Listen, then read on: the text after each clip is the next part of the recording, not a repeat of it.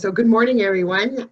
Welcome to the second edition of Mastering the Pandemic. My name is Terry Dow, and I'm the Executive Director of the Grande Prairie Regional Tourism Association. I've been in the position since last October. At this time, I'd like to introduce members of the Business Support Network Steering Committee. Hetty, everyone knows Hetty, she's with us today. And Beverly Lavender Marsh is here. Lionel Robbins is also a member of the committee. And we've got Tom Perna here as well too. Chad Boone, Bob Stewart, and Holly Sorgen couldn't be with us today. So the BSN events are intended to be an open and positive venue for business groups and individuals to collaborate, exchange ideas and information on current labor market trends, and address workforce development, attraction, and retention challenges. When we were discussing what topics of interest would be of interest to the business community late this spring, the committee thought instead of concentrating on the negatives of COVID-19, that we would celebrate the successes of our local business people and our local owners who managed to still be successful through these difficult times.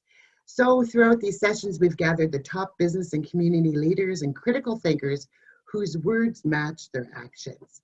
Our very first session was very successful, and our guests shared interesting insights on their successes of their business.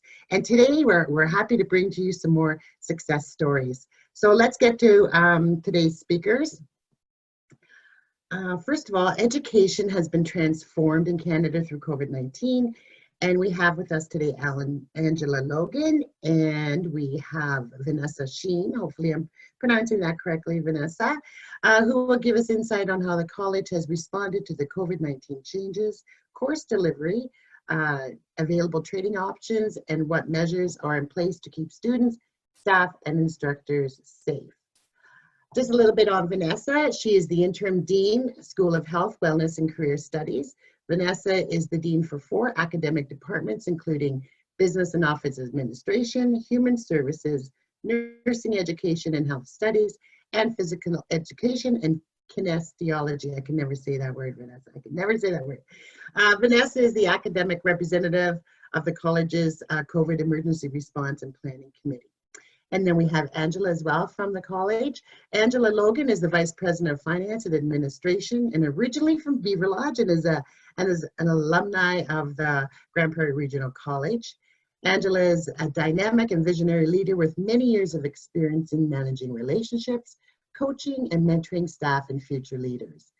Also advising business owners on and boards of public sector and not-for-profit organizations. She holds a CPA-CA designation and a Master's of Business Administration from Thompson Rivers University. And she's also served as the college's Director of Financial Services, held the position of Vice President in Finance and Administration since May of 2017. I'll pass that over to you, Vanessa and Angela, and go ahead. Tell us about the college and the challenges that you've had and what the future holds for the college through COVID-19. Thank you, Terry. We have a presentation prepared, so we'll share my screen if that's okay. It is disabled by the host. Is there a way that I could be enabled to share my screen? Thank you.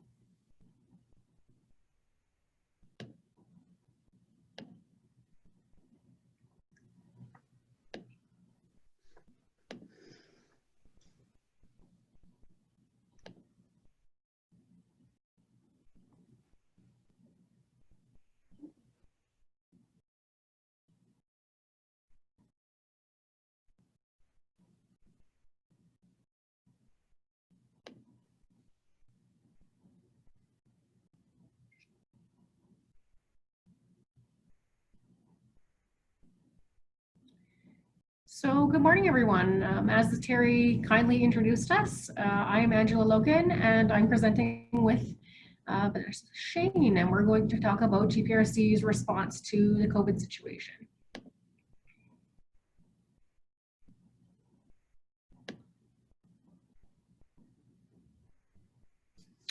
So we're going to go through a few different topics today. We'll talk about how we identified the necessity to activate our risk management procedures. We'll talk about guiding principles that the college used to approach the situation. We'll talk about our risk management and things that we are doing to protect our staff, faculty, and students.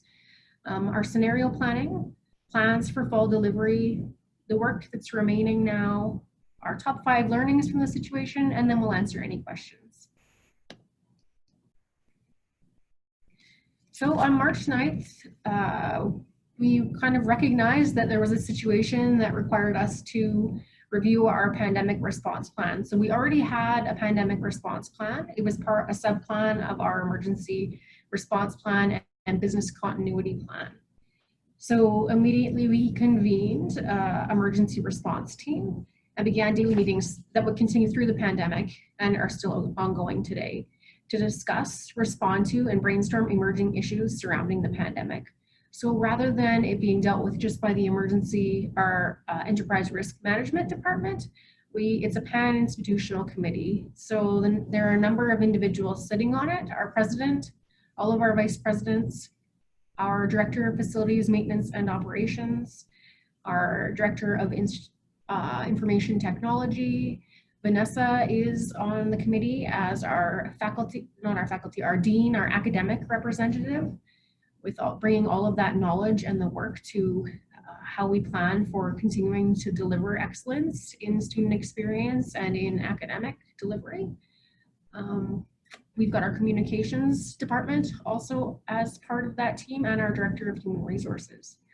So every morning we meet at 9 o'clock starting on around March 13th, and we continue to meet daily today. In fact, Vanessa and I are missing the meeting to do this presentation.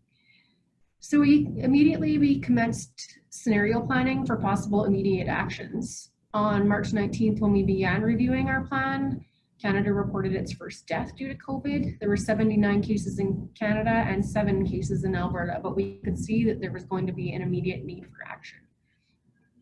So we had 3 scenarios that we anticipated rolling out in the coming week on March 9th. And having those 3 scenarios with respect to how to continue to deliver for our students enabled us to be nimble in the face of uncertainty with the evolving situation. So one of the first things that we did as a committee was establish our guiding principles. So these were the items that we knew were critical to us as we planned our way through the evolving situation. So I won't read through them, but I thought that it would be interesting just to share them so that people could see what we were visioning as being the priorities as we went through the situation. And I think the summary of them is number 1 was the health and safety of all students, faculty, and staff, number 1. And then equally as important was just continuing to provide that best possible learning experience for our students. So everything else that falls out of there revolves really around those 2 keys. That's our core business, and that's what we wanted to continue to do with excellence as we continue to keep people safe.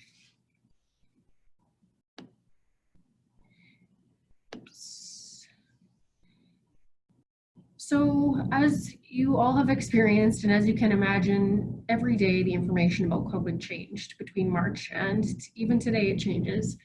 Best practices have changed, research has changed, information has changed. So these protocols to keep faculty, staff, and students safe have definitely evolved and emerged as we've become aware of best practice.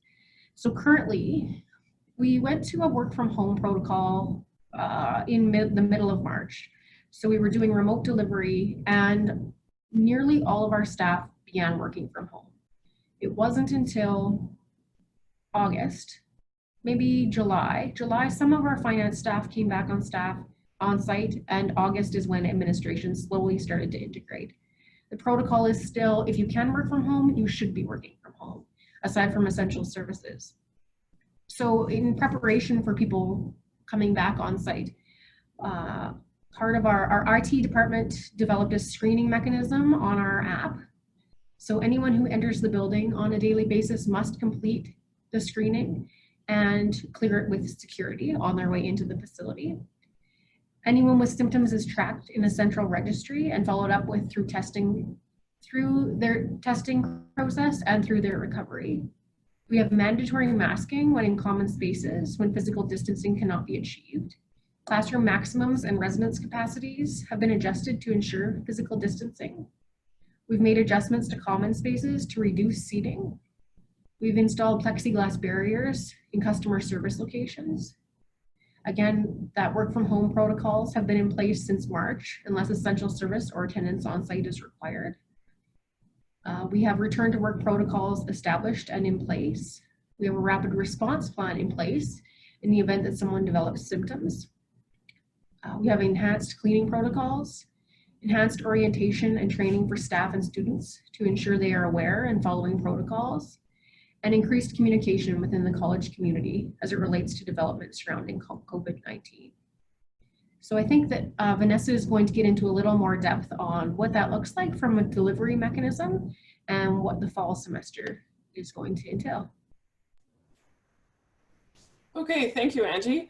And thank you, Terry, for the wonderful introduction. So as Angie said, those plans were in place in March. We shifted the academic side very quickly in a matter of a few days to go from what I'll say is pre-COVID normal students, faculty on site to delivery from home and from a distance. So with the winter term finished in April, spring term in May was underway, and we had to look at planning for fall for September. So what was September going to look like? How were we going to provide the education to new, current students, and how do we do that? So there were 4 delivery models that we explored. There's the remote, mixed, blended, and in-person, and you'll see on the table, and just to explain the table, the F2F refers to face-to-face, and the R refers to remote. And then the first column there with the different course components. So lab refers to the elements of a course that occur in the dedicated lab rooms. It involves hands-on learning, smaller class sizes, and so that's common you would see with science labs, chemistry, biology, but that also included labs in the physical education department that may be cardiovascular training. And for our apprenticeship courses, the lab component is their shop time.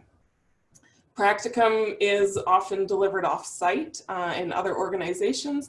So for example, the nursing clinical courses that often or predominantly occur in Alberta Health Services sites, that would be the practicum component.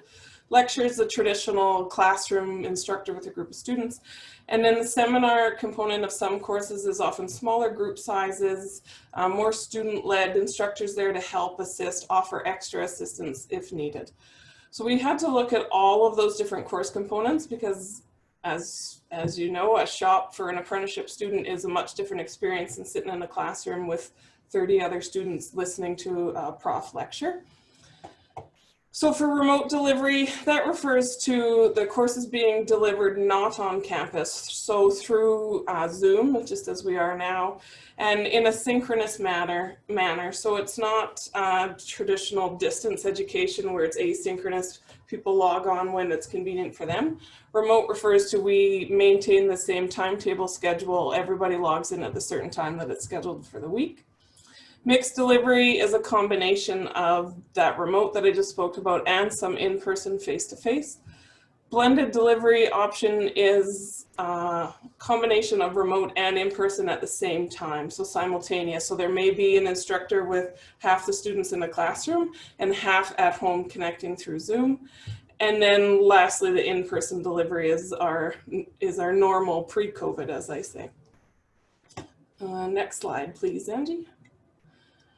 So after assessing the risks for each delivery model and seeing what was happening across the province, both for spread of COVID and what the other post-secondary institutions were planning for fall, the mixed delivery model was recommended for the fall. So this means that remote delivery required for all lecture and seminar course components, in-person delivery permitted for some lab and practicum components, on-campus faculty to deliver face-to-face course components. There would be the college services would be provided a combination of online, remote, and on-campus. and then no video conferencing section. So previously in the pre-COVID normal, some courses had video conferencing sections that were just this, right? So there would be the group of students in the classroom with the instructor, and some students would connect through from their home, from Hinton, from Edson, all over the place. But now that predominantly all the lectures and seminars have gone to remote delivery, the video conferencing availability for students has increased drastically, and we didn't need separate sections for that. Next slide, please, Angie. So then came the bulk of my work on the COVID committee, and how are we going to implement this? So there are 704 course sections across 13 academic departments being offered at GPRC this fall. So each course component was assessed for, was it going to be remote delivery? Was it going to be on campus? Or was it going to be a combination of both remote and mixed? So initially, and I'm sure you can imagine, this is a very large spreadsheet that we have. All lecture and seminar components were immediately flagged to be remote delivery.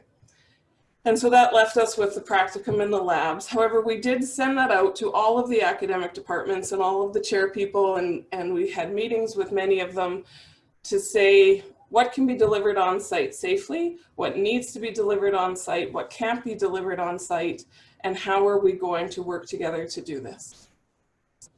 So a couple of examples for the apprenticeship programs, for the shop components in particular, we walked through each shop and ask questions. How many students, how many instructors, what are they doing, what tools are they using, where are they getting the tools, what's the direction of student movement, instructor movement, and so forth. And so plans are in place for delivery that include the use of face shields or masks in our apprenticeship shops, enhanced cleaning, and we've changed the scheduling of those. So previously the apprenticeship programs would have half a day of theory, followed by half a day of shop, or vice versa. They'd start in shop in the morning, have lunch, and then go to theory in the afternoon. We've switched to full days. So students will have a full day theory, which is done remotely, and then a full day shop. And so some programs have more shop than others, some have more theory than others. So for instance, the welding apprenticeship program is 70+% shop time, whereas the parts program is nearly all theory part. So that, you know, we really had to look at each program individually. The other example I want to give you is rock climbing course. So in the phys ed and kinesiology program, they have a rock climbing course, and we have the rock climbing wall at the college. And so we really looked at that one specifically to say, how many students, what's this going to look like? And that one came down to how are we going to clean? We can't really have students with Lysol wipes cleaning on their way down through the rocks. So that was one where we ultimately led to the decision that, you know, we're going to move that course to the winter term and see if winter has a different delivery and go from there. But it was one that in this short time of planning, we couldn't find a solution that ensured the safety for everybody. And it thankfully is an elective course that easily could be moved to a different semester. So we did that. So once all 704 course sections were assessed, a communication went out to the students with a list of each of these course components and the delivery method. And it remains on the GPRC website. If you're curious, you can go look at that. Also, a communication went out to all the instructors. And because the departments were involved from the get-go of this work, it was more a confirmation of planning, of the planning that had been done to date.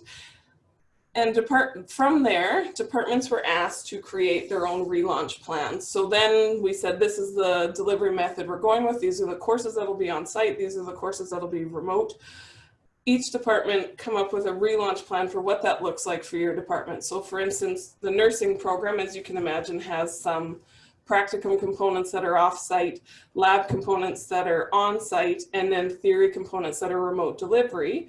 Whereas the business and office admin department, they are completely 100% remote delivery. So the relaunch plans for those, each department was very much an individual plan. It needed to align with the GPRC relaunch plan, but we did want to give each department the opportunity to come up with their individual needs for what it looks like coming back to campus. Okay, Angie, next slide, please. So what's left to do? So Andy talked about the training. So the training continues, and that's training for all staff and then also training for students. And of course, our students don't usually start coming on campus until very end of August, beginning of September. So the planning does continue for that. On-site instructional spaces are being fitted for room capacity to maintain 2-meter distancing. So in the computer labs, for example, they are making computers inoperable to maintain the spacing. So even if a student tries to sit right next to their friend, they won't be able to log on to that computer to do the work. Signage on campus is continuing. There's ongoing evaluation of the GPRC plan, especially as more staff return to campus. So Angie spoke of that, how some departments came back in July and administration is making their way back here at the beginning of August. And so more staff each week are coming on campus. So the COVID committee is continually evaluating what that is. Do our guidelines need to change? Do we need to tweak anything? We will be continuing to support the departments in implementation of their relaunch plan. So as you know, you can plan for one thing and other things happen. So as people are returning, do we need to make adjustments, and how can we support the departments doing that? And then lastly, we will be welcoming students in September. It will be remote. In the pre-COVID normal, there was a college orientation that happened face-to-face. The students would get together in the theater, a bunch of people would come and talk. Of course, now that is being planned for remote orientation, but how can we welcome students in the same way so that they still feel part of the GPRC community? And next slide, please. And so our top 5 learnings through this experience that Angie and I came up with: mobilize your team immediately, meet regularly to respond to the evolving situation, establish principles at the outset to guide decision-making to ensure adherence to core vision through risk management, plan for a variety of scenarios, communicate clearly and regularly, and provide training to ensure education and awareness of best practice. And that's it. Are there any questions for Angie or I? Does anyone have any questions? Vanessa, Angela? No? Wendy did post a question in the chat box. Yes, sorry. Wendy asked, what is the rapid response plan? Perhaps you will speak on this. Well, Sure, I'm happy to take that one. The rapid response plan is the plan in the event that somebody who has been on campus or is on campus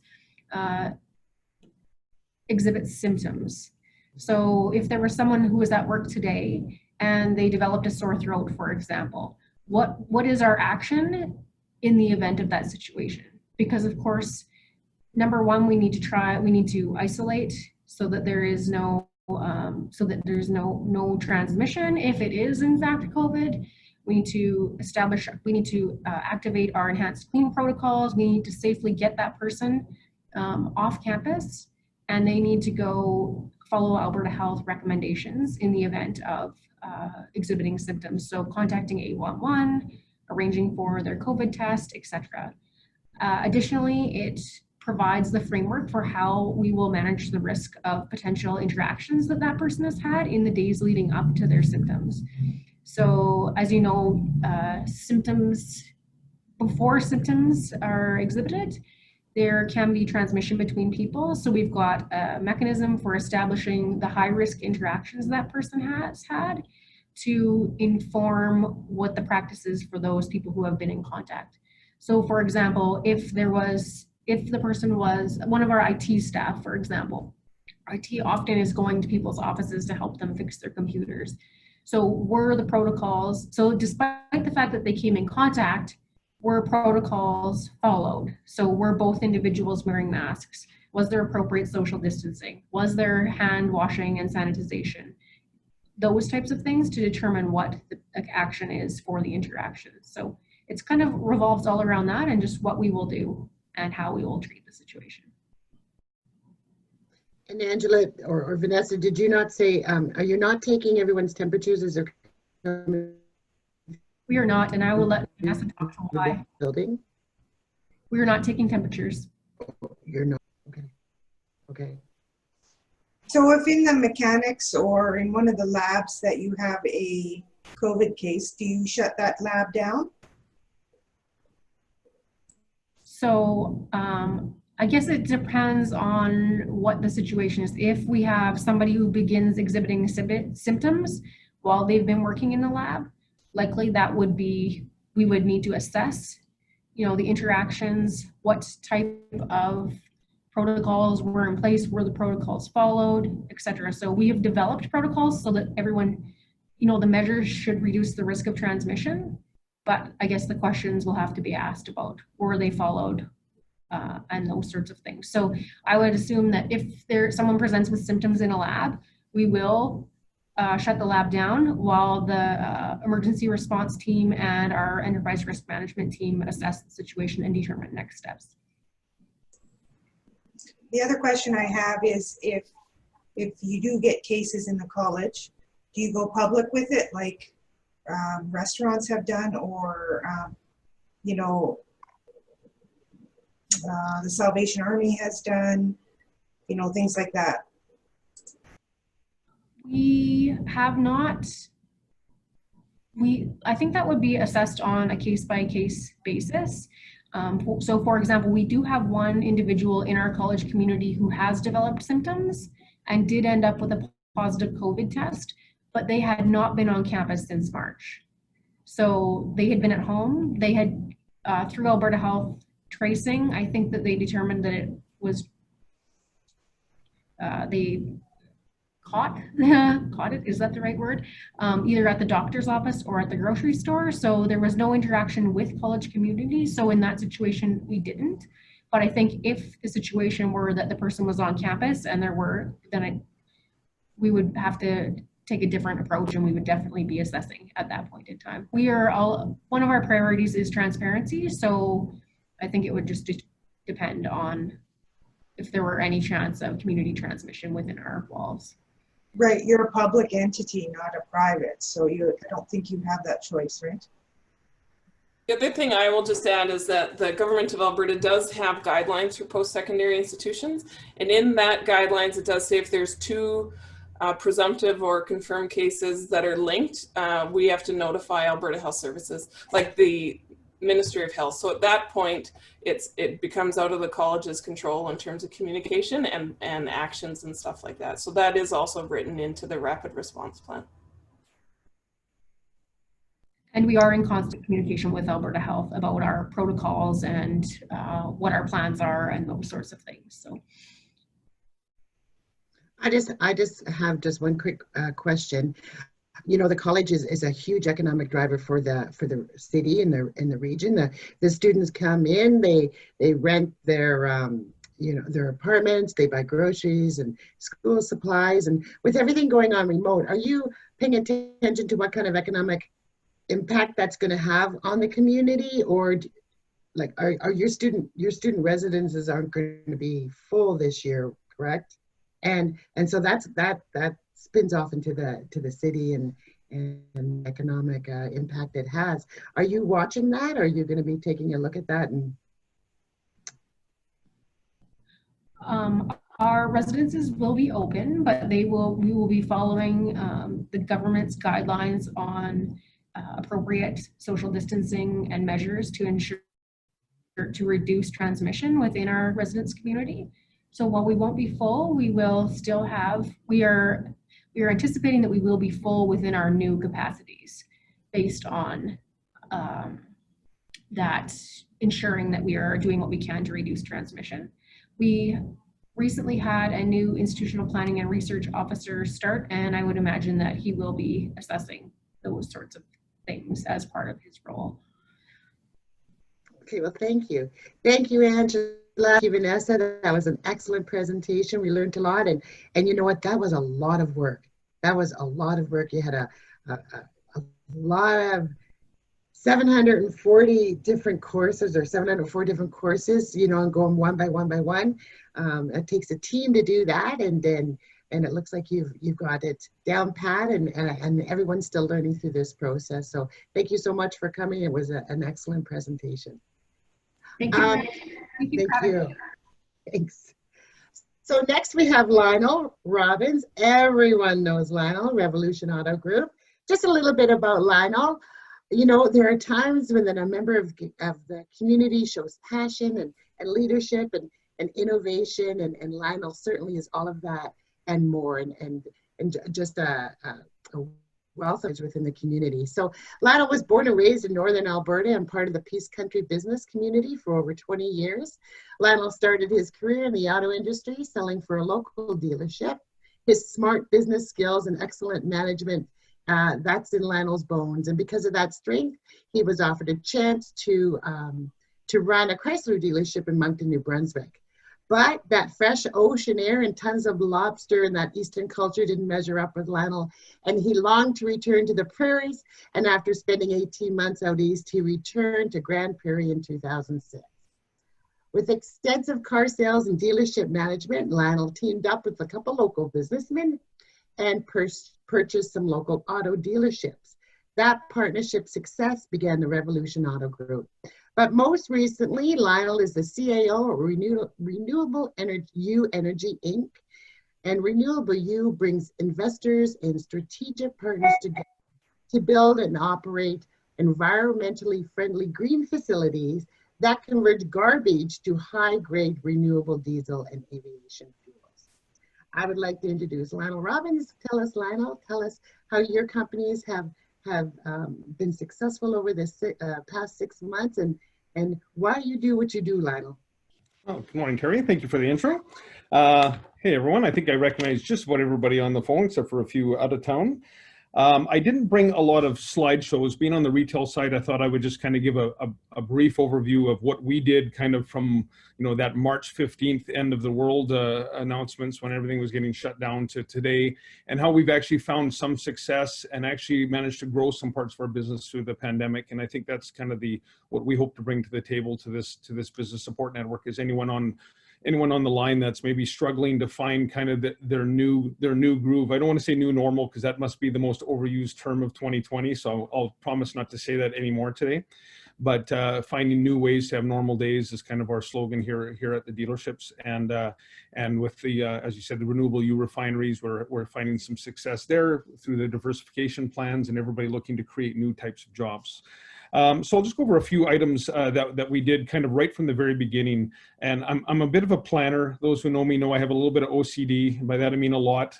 And I tend to sometimes overplan things and maybe overcomplicate them. But even back in 08, 09, when that recession kind of came around, I sat down with the team very early on and said, I think this is going to be a bad one, and we need to dig in, and we need to do this and this. And everybody was saying, oh, you don't know what you're talking about. It's not going to be that bad. It's just going to be like 01. It'll be over in 6 months. And we really went into kind of a disaster recession mode, and we actually grew a ton from 08, 09 because we buttoned up. We were able to make some strategic acquisitions and actually grow our company more through the recession than we were in the good times.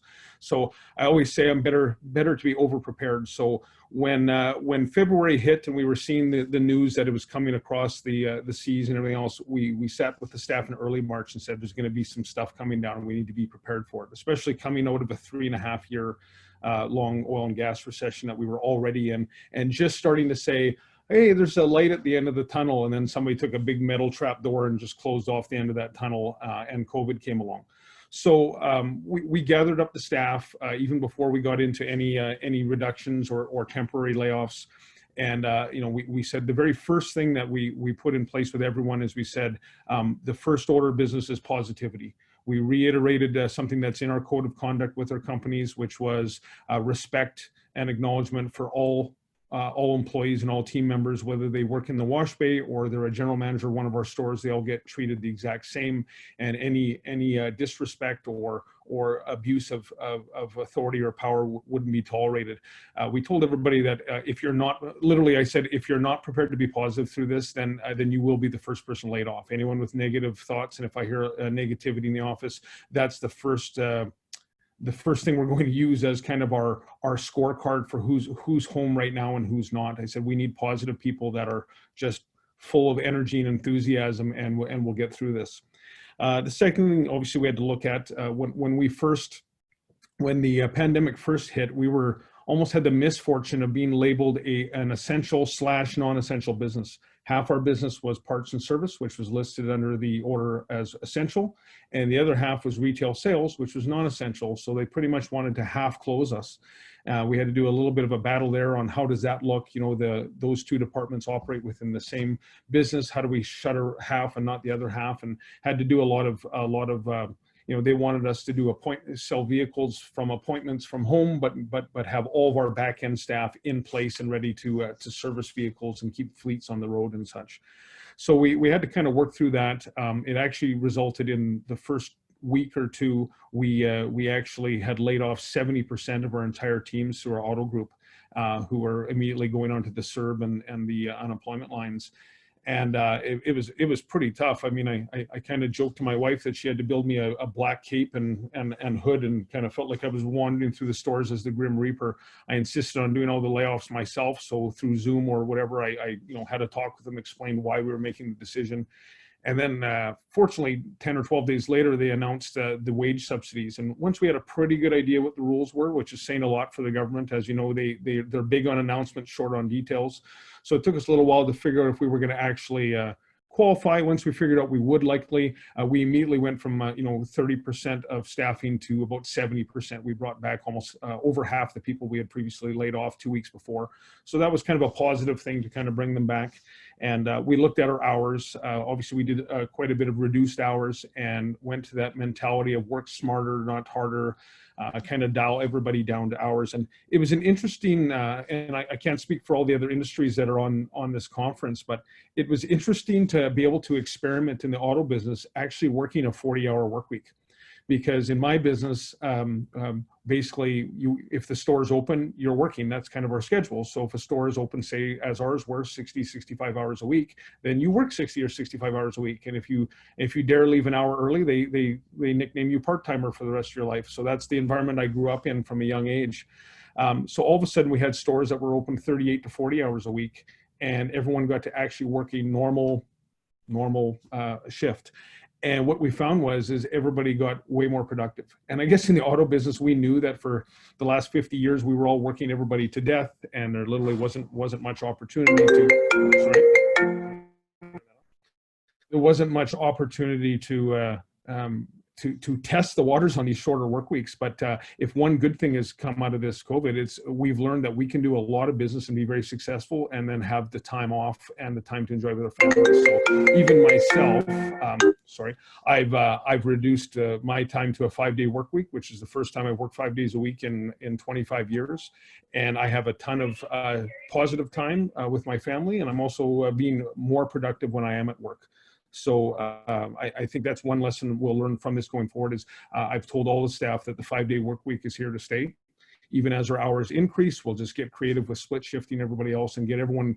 But then what we did is we're now trying to over-manage the teams in terms, and when I say over-manage, we talk about anyone that went to the Disney courses, they talk about the difference between over-managing and micromanaging.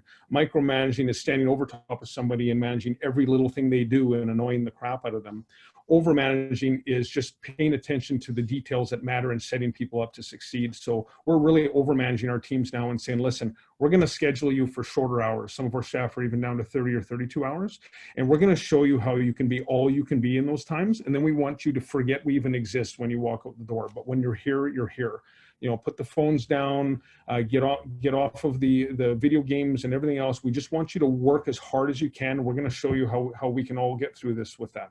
And it actually has worked very well for us. So, the idea we have in our industry of overworking people and hey, if you work twice as many hours, you'll get twice as much done. We've really reset that. And that's been a positive reset from this. We talked about bringing people back to work. And so I really give everyone, if they haven't really been poring over these wage subsidies, stay on them. I mean, they've of course made them even more complicated because they actually made them relatively simple to the point where all of us business people could understand them. Our admin people were able to make the claims properly. The money got paid quickly. It was actually really nice. And then they thought, oh, that's too easy. Let's make it super complicated for this next round. So now it is complicated. I mean, now You know, if your business is down 10%, you get a 20% base plus 1.2 times the amount you're down. And, you know, so I had written down here as a kind of a tip is get really good at math. So as a business person, the best way to overcome and work through these pandemics is you just got to be smarter than the average bear. And I find that I've learned more about math and spreadsheeting than I thought I already knew, which I would have said was a lot. And just get good at working the math. An example would be from our trucking company. We were getting our butts kicked early on because the rates were dropping and dropping and dropping. And I had previous spreadsheets that showed what my break even was, and I just couldn't make the numbers work. I'm like, I can't put this expensive equipment to work with the idea that I'm losing money on every hour they go to work. They're better off being parked. And that was the mentality we had. Of course, the banks don't like stuff being parked because they want to get paid for it all. So I thought, man, there's got to be a reason these big companies are out there working right now. So I started digging into it, and what I found was that some of the larger companies had already figured out they have a whole team of people that are good at math and spreadsheets. They were doing something called hot seating. Anyone that's familiar with the oil and gas industry knows that that's when you put two people into one piece of equipment. So instead of working 24-hour hot seats, which is what we used to do, where a person worked a 12-hour shift and they got out of the truck and another person worked a 12-hour shift. And the idea was you made revenue with one truck and one payment twice as much. Now what hot seating is doing in the CERB environment or the SUSE environment is we're putting our drivers in the trucks for 6 to 7 hours a day and then taking them out and putting another driver in. So we're going out and getting 12 to 14 hours worth of work, but we're actually putting 2 drivers in per day and getting 2 wage subsidies per truck. So we're really working the SUSE system and nothing, we're not going around the system or kinking anything. We're just using it to the max advantage. Instead of having only 50% of our drivers working right now, we have 100% working, and we're hot seating them into the half the work we have. And now our break even has come down 15% because of the savings on labor. And now we can work for the rates that are available and make a little bit of money and pay the payments to the bank and everything else. So it's just really, just little tips like that of using the system. And I called it fight the CERB versus SUSE battle, because the CERB battle right now is having people that are being paid to stay home. And I'm sure we're all struggling with that when we're trying to recall people to work, and they say, well, you know, I'm being paid to stay home right now, so you're only offering me, you know, $800 or $1,000 a month more to actually go and work, and we're really struggling with that. So to get creative, we've taken some of the higher paying jobs where they can make good money 6-7 hours a day, and we're double shifting and taking advantage of the wage subsidies to keep those people busy. So that's something that obviously if somebody wants to connect with me personally, I can share some of our experiences with that as well. We did talk a little bit about diversification at a few other meetings, and that's where we are right now. For those that were on this chat early, you know, our dealerships even were looking at things like we drove down to Calgary one day and looked at a bunch of the hail damage units and bought them with the hail credits so that we had something different to sell for people looking for extra value. In our trucks, I have 2 of my oil filled trucks hauling pork from Winnipeg to Vancouver in enclosed carriers because they had a run. So it pays this much an hour, and our trucks that are a bit too big for the work and look kind of funny hooked up to those little pork hauling trailers are hauling pork and getting paid. So we just got to not be afraid to diversify and do whatever we can, and not say this, we don't do this. Your business should do whatever you can do. Terry, you mentioned when you were talking about the community interaction. Those who know me know I'm a huge supporter of our community. I love our community. We spend thousands of hours, me and my wife and my kids, into our communities and donating time. And obviously we do it because we have a passion and a love of our hometown. But on the other side too, as a business person, there is business value to having community interaction, and no more so than in these COVID times. You know, the drive-in theater was created by myself and 4 other local business people as hey, people need something to do in March and April, and then morphed into, hey, let's get all these charities whose phones aren't ringing and they had to cancel all their fundraisers and golf tournaments. Let's get them to come and help out at the theater, and let's charge to get into the theater, and then let's just give all the money to them. And a lot of people are like, man, you didn't need another job.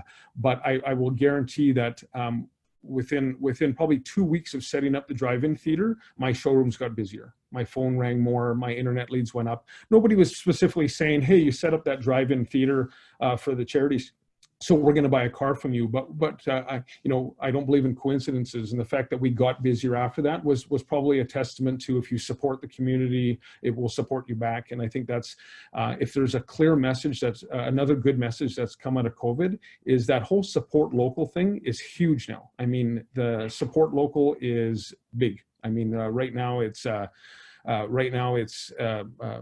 everyone is on the internet, on the radio, saying support your local this, your local that, your local this. So if a person really that owns a business gets out into that community, I'll tell you right now, people are respecting that. They are pushing back. They're giving back to you, saying, hey, we want this person to be around when we need them next time, so we need to support them. And I think that's a good message to be sending. So it's really tough to sit down and figure out how to budget to support your community right now, because none of us have budgets. We're actually trying to figure out how to survive and get ahead in life. So it doesn't necessarily have to be spending money outwards. I didn't increase my capital budget for investing in the community. We just put in some time. I have my staff who now have more free time on their hand, helping out with the drive-in theater and other fundraisers and putting in time. Our corporation has always had a policy that if you donate 40 hours a year to your community, we give you an extra week's paid vacation. So we've reiterated that policy that's been around for years and said, hey, you've got all this extra time now, go out into the community, show us that you're donating to the community, and then somewhere down the road, you're gonna earn yourself a week's paid vacation when things are back to normal. So, we're trying to get everybody out there and really showing off that we're all local and we're here for them. And I think it's paying off. So the only other thing I'll throw out there before we go to any questions is I always talk about just maintaining a balance right now. And that's being politically neutral. I see a lot of people on social media that are local business owners and local professionals and people that work for local businesses that are having really strong opinions on things these days. And it's a very emotional time in COVID right now. I mean, people are a little freaked out. I mean, this is a global pandemic and a global crisis, and I see people weighing in on stuff they really have no business weighing in on. So if I can give any advice to the people in the room and business people is, learn to be like Switzerland. Let the world have all its opinions and stuff, and just be quiet in your own neck of the woods and just go make your little army knives and don't bother anybody.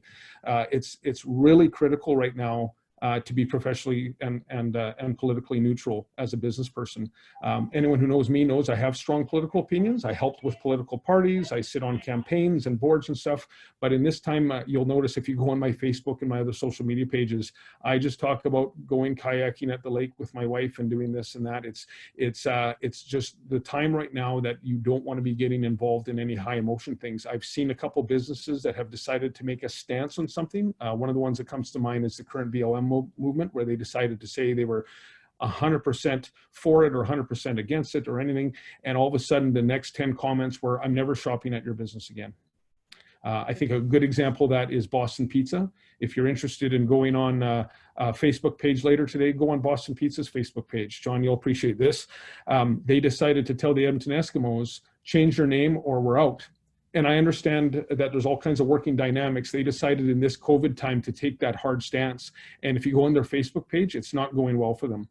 Every time they try and advertise on Facebook now, hey, have you tried the new this pizza or that pizza? The next 40 comments are a whole bunch of 4-letter expletives, and I will never go to your place again, because they've alienated the half that don't agree with them. So right now, as a professionally neutral business, you have to just kind of just leave the arguing to the trolls and all the other people on Facebook and just not have an opinion. And that's just my own personal opinion. Is I think as a business person, just go on Facebook and talk about your products and your services and how happy you are to be serving your community and everything else.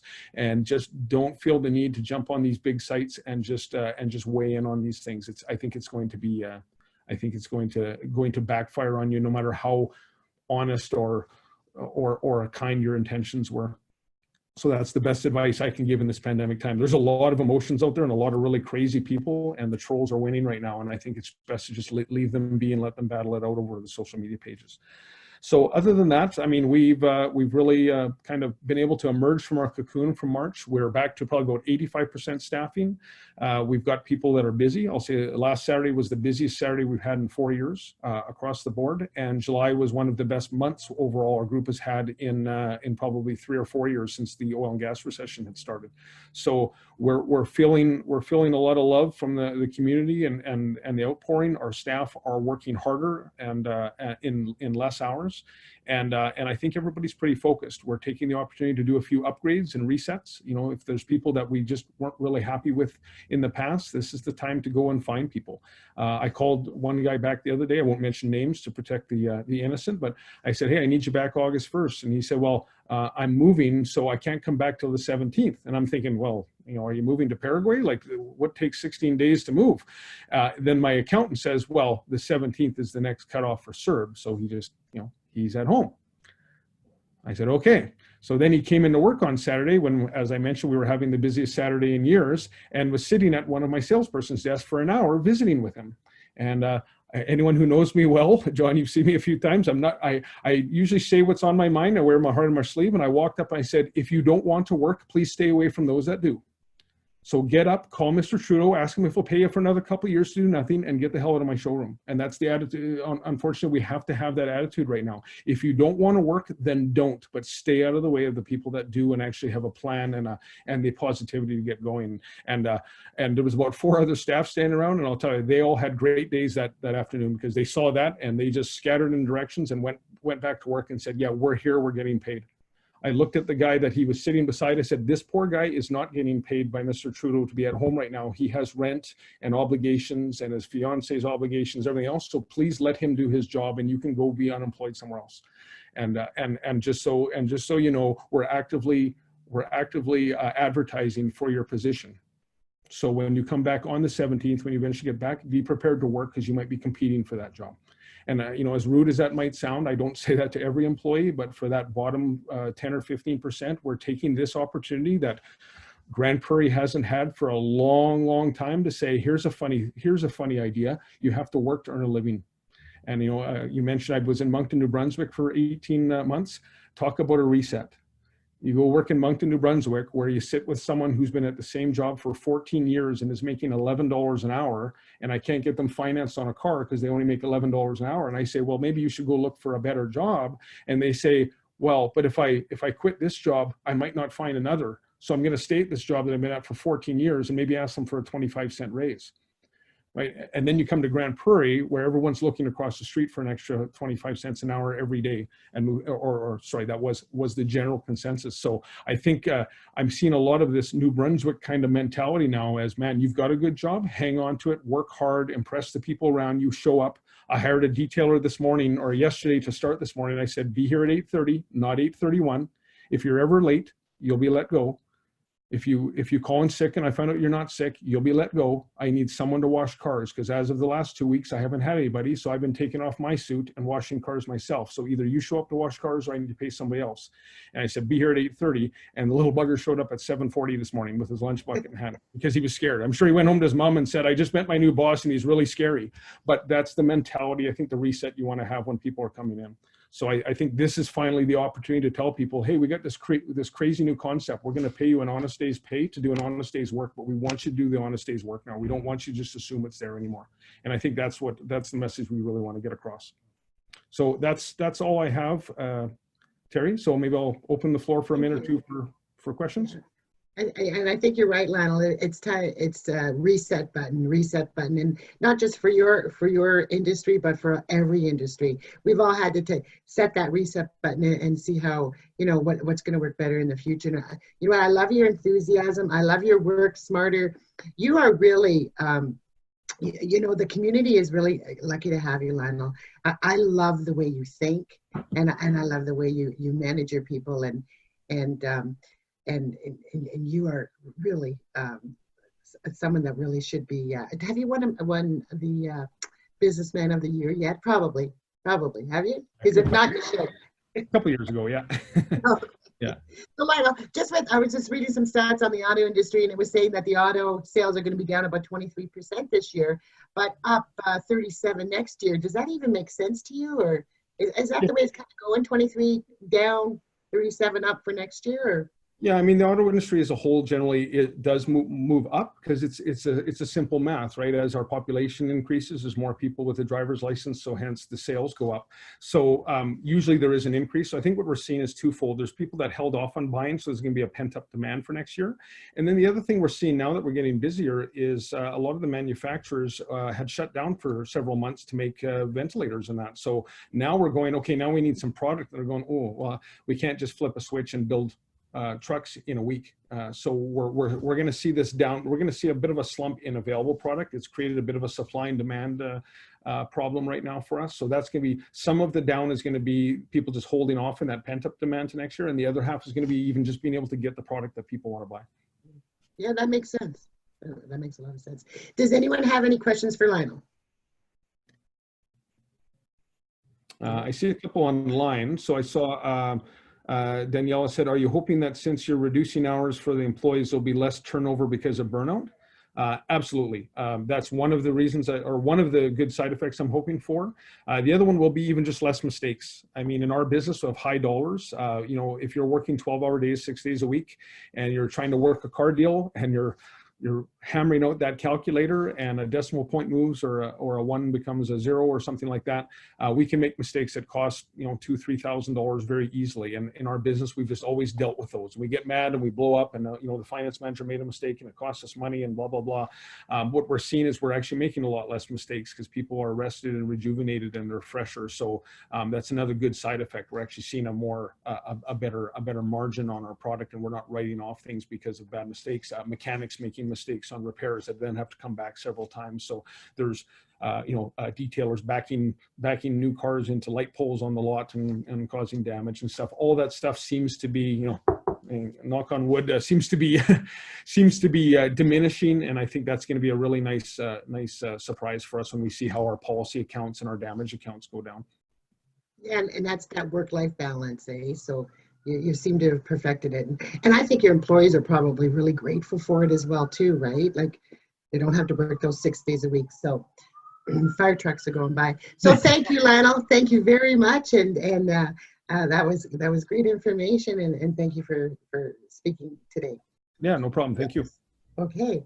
So as we get a little bit closer to lunch, we have John Krista. I think he's up next, right? John Krista from Better Than Friends. John, is he here? Oh, John's phone. You have to unmute yourself. John, I do want to do a little bit of a preamp for you. So John began his career as a teenager at Wendy's restaurant.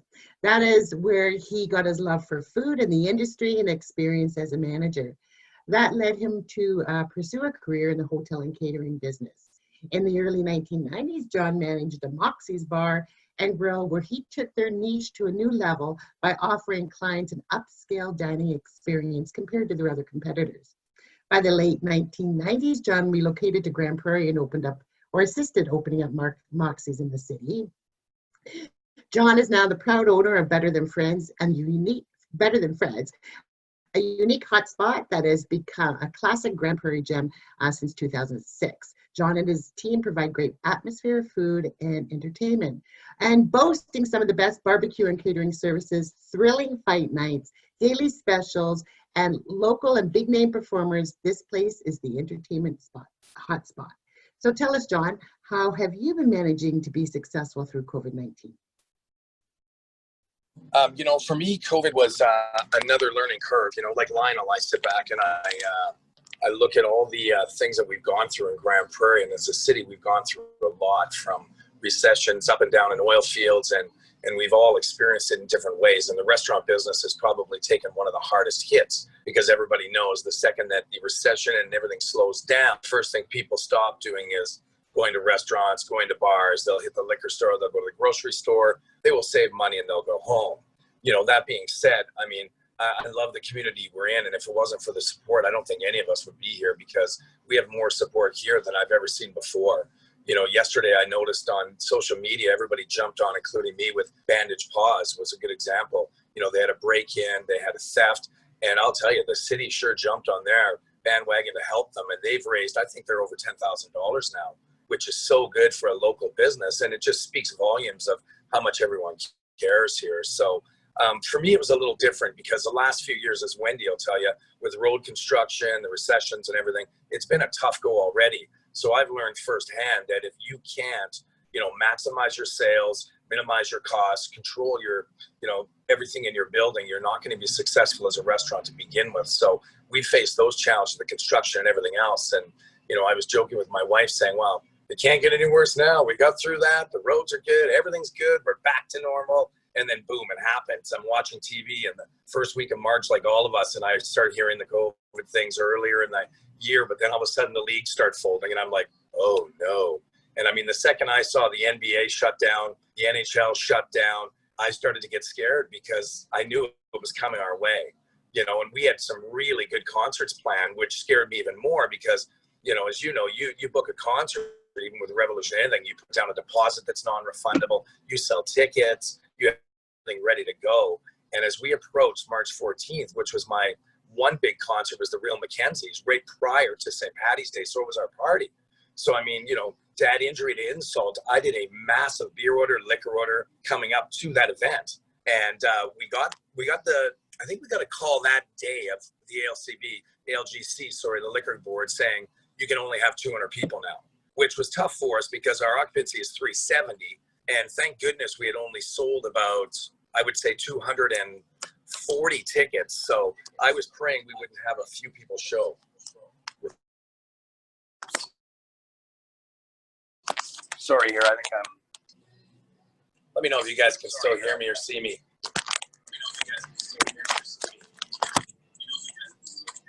We can't see you, but we can hear you. Are you serving a customer? Sorry. Angelina Kriska.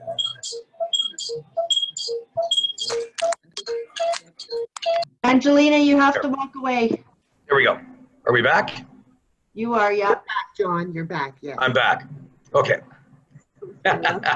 Sorry, the computer had died, and then my wife decided she could fix it back up and set it up for us. So, yeah. So, for me, the tough part was when we got into the Real Mackenzies, I got scared because as a business owner, I said, this thing is really getting legs, and I don't know what to expect. I don't know what to do. So my wife jumped out, and she pretty much bought as much Lysol as she could find, and which, as you guys know, was already going crazy.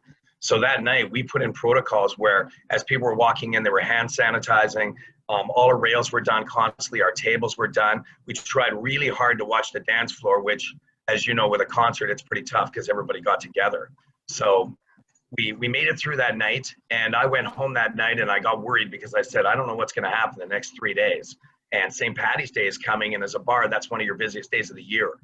So we made it through the Monday. Things got progressively worse and worse. And then on Tuesday afternoon at 2 o'clock, I got the phone call that we were closed, non-essential, and they shut us down. So that one was tough for me. I basically cleared the whole building out. I sat down, I visited with some regulars, and we had the news on, and there was 3 of us left at the table, and we were watching the news as everything was unfolding. And I went home that night. I left messages for my business partner, my accountant, Alberta Health, everyone, just to let me know how on earth we can go from here. And then we had decided the next day to lay everybody off and we were going to close. So we did that first thing in the morning. And then I think it was probably about 2 or 3 in the afternoon. I was just sitting at home and I was wondering, can I do anything to keep going here? Like, I don't want to lose my business. So Alberta Health phoned me back in the middle of the afternoon. They said, listen, you can reopen for takeout and delivery, just not in-house. So we discussed how we could do that safely. So we had the Alberta Health come in here, and they worked with us to make sure we had the sanitizing stations at the front. They made sure our kitchen was safe, our staff in the back was safe. We implemented the temperature checks. We put everybody masks, and we started off the best we could to get going. And that night went very smooth because I jumped on Facebook and I said to our staff, I said, family, friends, volunteers, does anyone who will help me save Fred's? Because we don't have the luxury of having anything right now. And we're pretty much closing the water. Everybody had been laid off. Most of the people were already going on to applied for unemployment and everything else. So my family jumped in the first night, and it was us basically cooking, delivering food, and we got going. And we didn't do very well. We missed items. We were late. We burned stuff. We did not do a great job at all. It was terrible, really, honestly. But as we had meetings the days followed, we started to get better. And we got better, and we focused on what people wanted for value. you know, for the family rib packs, the family chicken packs. We put it on the reader board. You know, Rock 97 jumped on and said support local. You know, and then I was on the media and I was like, I got to utilize more things. So then I started posting food pictures on support local business, you know, Instagram, Facebook, and the phone started to ring. And then we offered 10% off pickups, deliveries. We did free delivery, you know, which helped us a lot.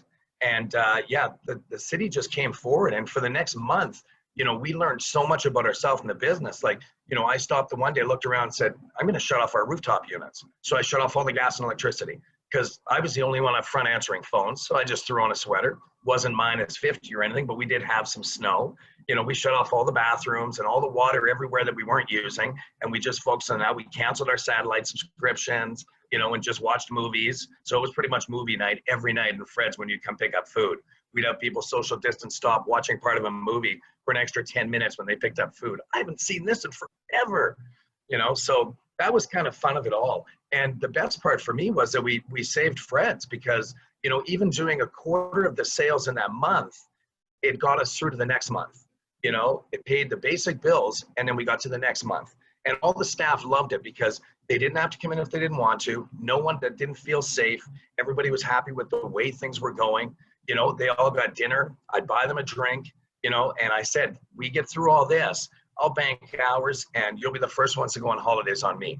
So it was really nice. And all of the bands understood they canceled. I got all my deposits back. The city came forward and they deferred taxes. You know, we got those checks back, you know, and then as you know, CERB came and then they offered the business loan, you know, get 40, pay back 30. So, you know, with it all, we definitely got rolling. You know, and then when they green lighted us in mid-May and said, I think we're going to be reopening on May 23rd, you know, we all did a happy dance because it was fantastic, you know, and going into summer, if you walk in here now, you'll see our stage. A lot of our tables are still on the stage because I said, I don't want to shut off tables. I would rather move things around and then whatever you can sit at, you can actually sit at. You know, the only issue we're having that's really, really tough to police is 6 people per table. And that's a real challenge because you groups of people that come in and they just don't understand and they just don't want to comply, you know, and you get the arguments and everything like that, which is tough. So, you know, I'm surprised that they would be doing that. They should know the rules, but yeah, yeah. Well, a few drinks get into people too, right? Yeah. And it's someone's birthday and there's 3 6-tops. They want to visit, you know, and our back room's been closed and a lot of people have been phoning about it as well. So, you know, it's been tough. And, you know, I'm really grateful for my staff. Like I've always believed that, you know, people that feel good about themselves produce greater results. And if you work hard with your staff and treat them like family, they never go anywhere, you know, and I'm really lucky because I had 2 girls go on mat leave right when we closed. And then I had 1 girl move for university and then another girl that wanted to move back to her family in BC. So us reopening, we never lost any staff and we allowed all our staff to come back. And then all of our girls are just dividing the hours now because as you know, when you have half your seating, we can only literally seat 105 people. Yeah. But going into summer, like Lionel said, you know, Grande Prairie slows, we're a camping city. Everybody has an RV, right? So everybody's gone away. So for Fred's, it's been almost back to normal. We're not down far. We may be down 10 or 15%, but you know, we've done well and we've worked really hard to make sure that our food is great. You get lots of it. Our full menu is up and running again. You know, and that even catering is great, you know, so the catering is slowed. Like I was sad because we went to the wedding show this year and had a great time and we booked 11 weddings and I think we had 1 left and it was for 50 people and our highest one was 400 before that. So that was a rough one for me because that is a lot of revenue in the summer that you normally don't have and you need. So, you know, and another learning curve, we did the wedding and they assumed we were going to do plate service and we've never done that in our life. So I felt terrible because that was miscommunicated. And all of a sudden the person came up and said, are you not serving the food? And I'm like, what? Serve the food? Serve yourself. You can social distance, serve yourself. But it's another thing you learn that, no, you can't. So that's a tough one for us. And, you know, it all went out okay and everything else. But yeah, it's been rough that way for sure, you know. But, you know, I think that if you just, like Lionel said too, is that you got to be positive and you got to stay neutral. And I always try to just do positive posts. And if someone puts something negative up, I remove it right away. Because the last thing I want to do is offend anybody, upset anybody, because I value everybody that walks in my door. I want everyone to enjoy Fred's. I want everyone to come back. And I don't know what the future is right now. You You know, for the first time in my life, owning a nightclub, I become a restaurant. You know, and I'm okay with that because I'm really proud of the food we produced. But I sure do miss 300 people in here dancing to an amazing band. You know, I miss how hard we work to get bands like the Tea Party and the Headstones and all of the big bands that come through like Pop Evil. So I don't know where that is in the foreseeable future. You know, I have a calendar in my office of 6 months that we usually book bands and music, and it's empty right now. And so every time I go in there, it kind of breaks my heart. Yeah.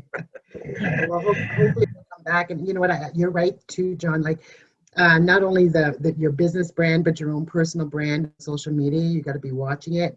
And Lionel's right, and you're right, lay low. Just lay low and just put the good stories up, because it'll always come back to bite you. It might be a year, it might be 2 years, but that kind of stuff always comes back to bite you. Yeah. You know, at some point it does. I just have a question for you. I'm just going to read it. The digital world has revolutionized how customers discover and choose dining options, and content is more important than ever. How are you keeping your brand top of mind with immersive experience designed for people at home or on the go? You know what, like I said to our brand, the best thing we did is to simplify, to make it deliverable. You know, because a lot of places where you go through food, like I'll give you an example, skip the dishes. You know, everybody is pro skip the dishes, but I'm not, because it takes 25% of your business in percentages. So when you order skip the dishes, they take 25% me to deliver it to your house, and they take the delivery fee. And for me, I just didn't find that value. So I did a comparison with 7 restaurants where I went on their skip menu and I put their menu side by side, and the prices are jacked massively to make up for that loss. So they don't take the loss personally. So what I've done with Fred's to make it more accessible is I've made it so that the food travels well, the food is hot and fresh, it's easy to pick up, easy to deliver, and it's basically, you know, really good value. You know, and for the digital marketing world, I think the biggest thing in the world is just to be relevant and be there. Like every day I'm on Instagram, every day I'm on Facebook, every day I'm on support sites. I mean, I'm to the point where I think people are probably so sick of me posting food, they probably disconnected from me. You know, but that's okay, because I'm going to just keep trying until we get it. Or they've rushed down and ordered what you posted, right? Hopefully they rushed down and ordered what you posted, yeah. So Yeah. What's business like now? So you've got a maximum, how many people in there now? 40?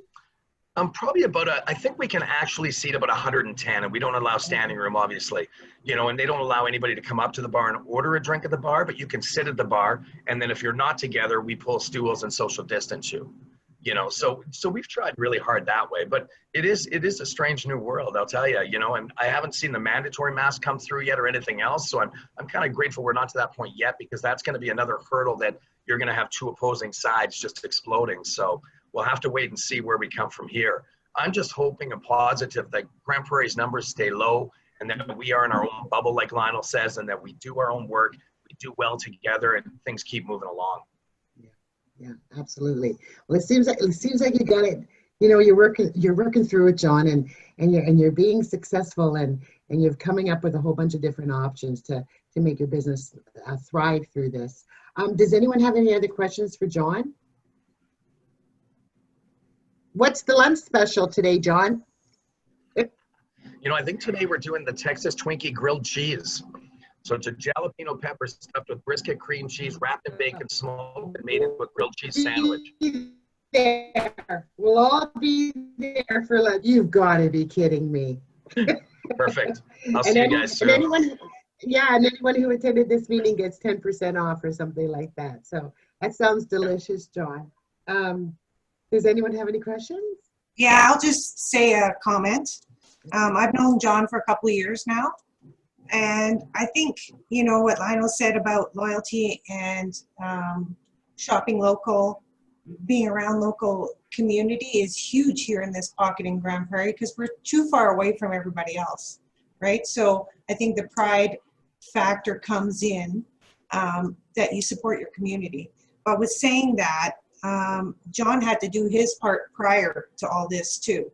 So he did that. You know, you need more than great service and great events, great food, and to be a great employer. You also have to be a great advocate for your community. And John has done that over the years. And I've known, you know, examples of helping the vulnerable population for one, helping sports teams with bottles, so that they can get some money for their sport. You know, the loyalty that he shows the community comes back tenfold. And I think that's a lesson for everyone in business in Grande Prairie and area, that if they see you, they respect what you do, and it comes back in a different way. Lionel, you know, attested to that earlier. So kudos to John. I know personally what you do for your community, and it just brings a smile to me to see people support you. I love the fact that sometimes you can't get through to order, because that means you're busy, right? And you know, we'll just keep trying. Everybody's not bad. Right? Like, it's Yeah. congratulations to both of you for what you've done.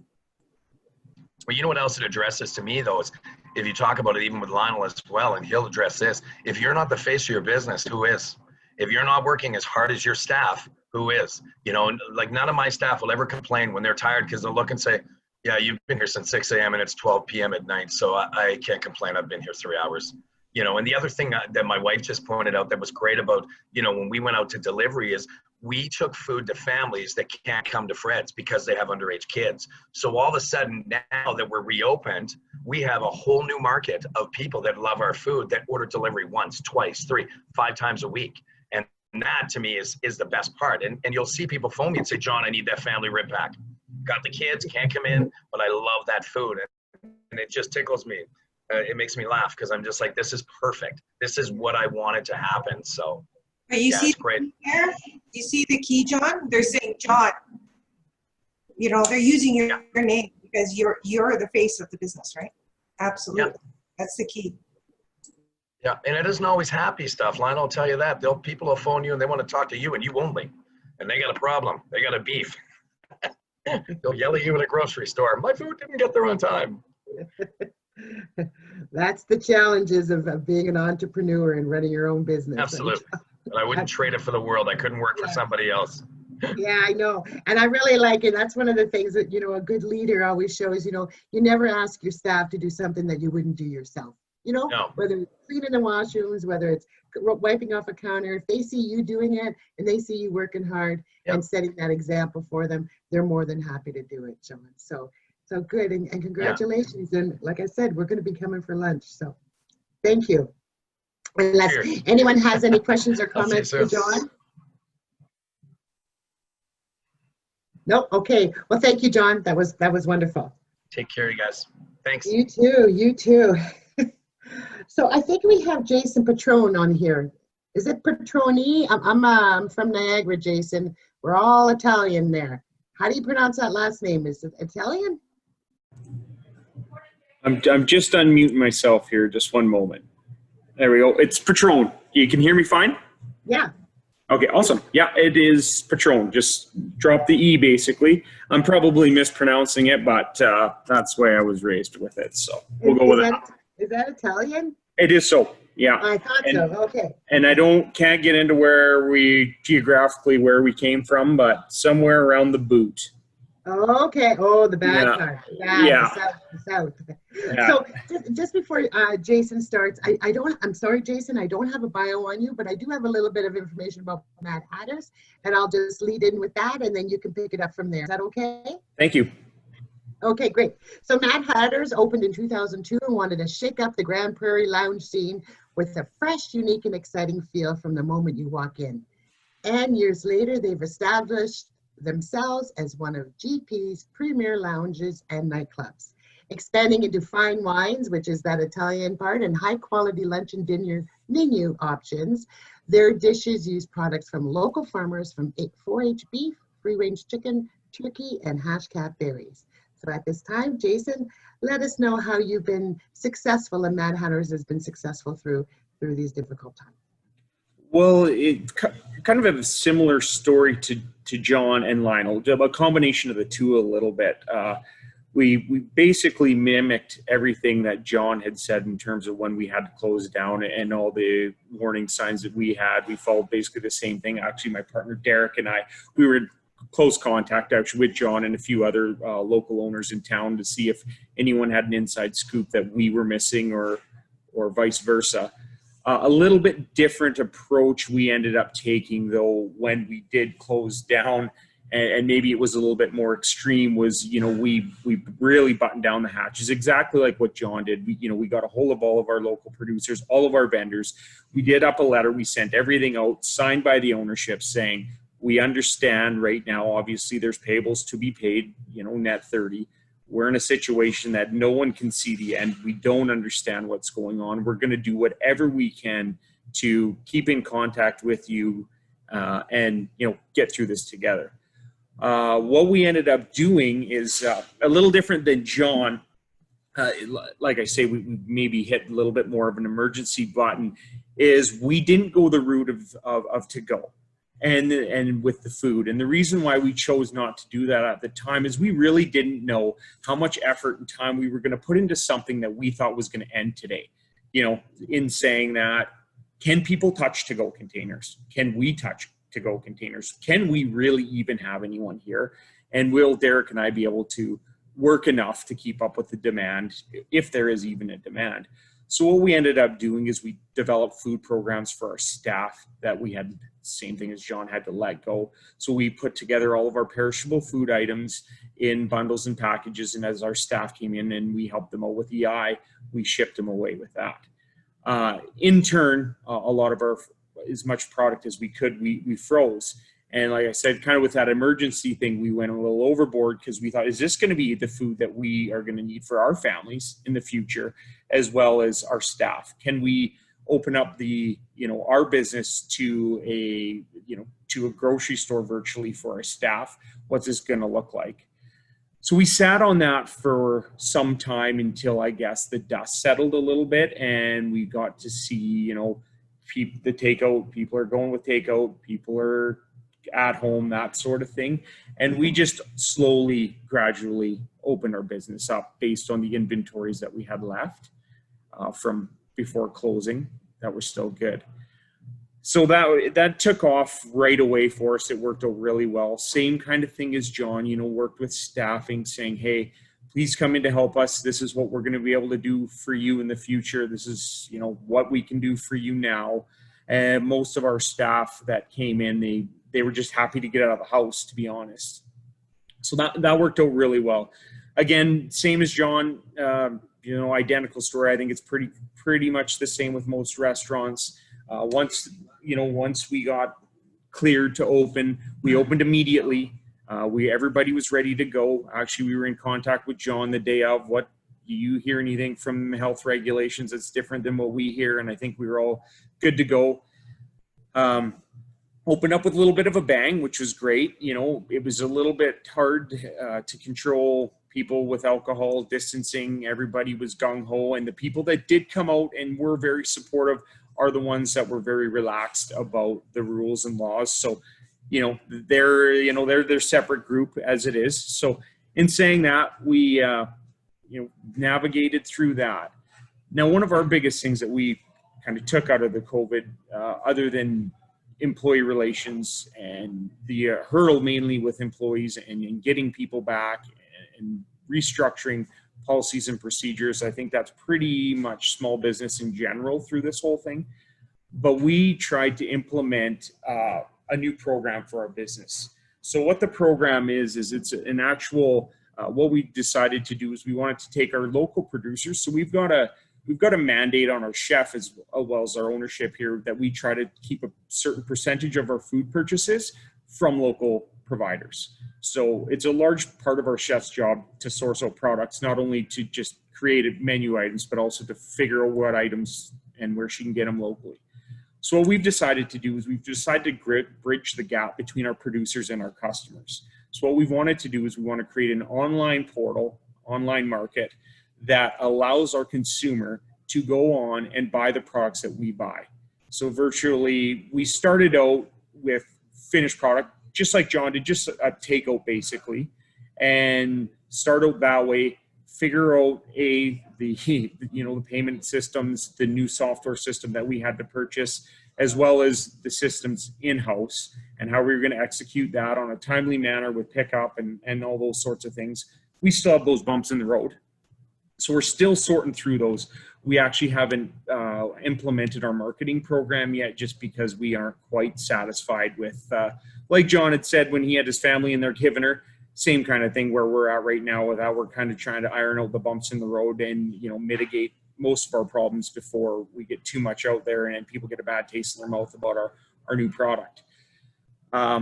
So we've pretty much got that on the go now. What we're trying to do is we've just worked with Alberta Health Services and you know, figure out all of our product labeling so we can actually take some of our raw product now and figure out proper, like I said, proper labeling, storage for our consumers. So we're just getting through all that. Again, there's our story is so much similar, you know, to John's. We can't thank Grande Prairie enough for what they've done.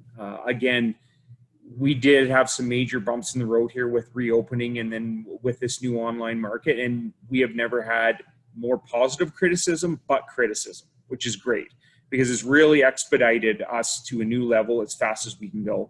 A lot of times, I know for us in the food industry, you don't quite get the feedback that you ask for all the time, and you really do need it. And when you're asking, you really do want it. And it's not just a, you know, it's not just a friendly at the table reminder. It is a truly, we want this because we want to get better and we want to keep in this community and we want to make a presence.